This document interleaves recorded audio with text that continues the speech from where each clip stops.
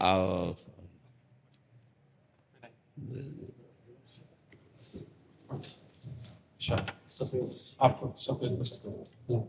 स्वामीनारायण भगवान ने लिखा हुआ ग्रंथ है शिक्षापत्री। जैसे आचार संहिता होती है वैसे खुद स्वामीनारायण भगवान ने किस तरह से संत लोग को भक्त लोग को रहने का वो सारे वेद पुराण आदि का सार 350 शास्त्र का सार करके फिर शिक्षापत्री लिखी है।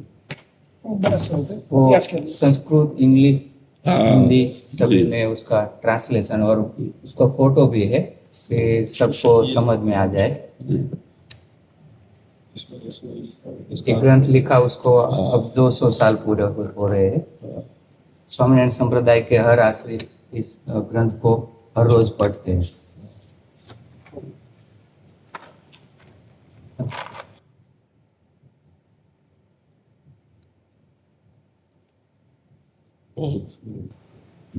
एक प्रश्न पूछना था कि हम लोग जब किसी के साथ बात करते हैं और किसी प्रवृत्ति में ज्यादा इन्वॉल्व हो जाता है तब स्मरण टूट ना पाए उसका कोई। जैसे हम आपको देख रहे हैं तो हम आपके चेहरे पर नाम लिख रहे हैं, आपसे बात कर रहे हैं, हमारे दिमाग में नाम चल रहा है और बात हमारे मन में इतनी सामर्थ्य है कि वो दो कार्य एक साथ कर सकता है।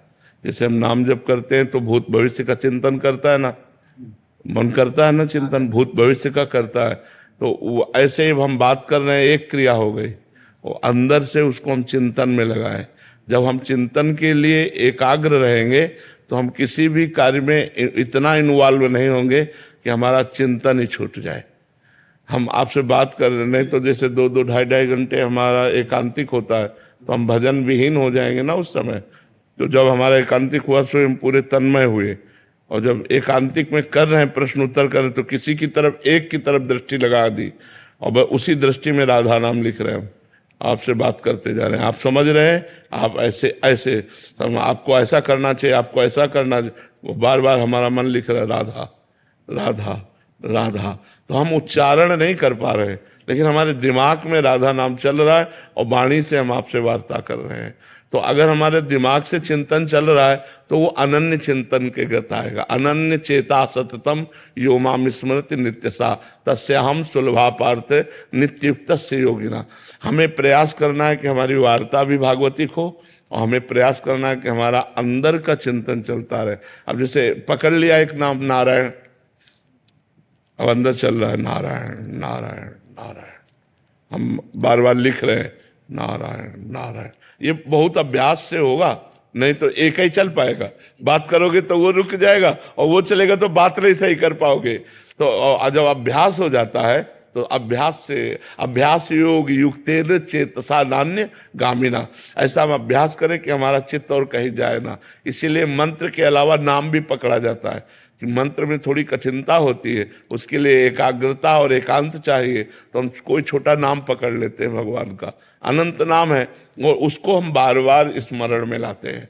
तो हम ऐसा करते हैं, जैसे आपसे बात कर रहे हैं तो आपके चेहरे पर राधा नाम ले, तो आपकी तरफ देख रहे हैं तो आपको लग रहा है हम आपको ही संबोधन कर रहे हैं और आप समझ नहीं पा रहे, और अपना नाम भी चल रहा है राधा राधा और आपसे बात भी कर रहे हैं।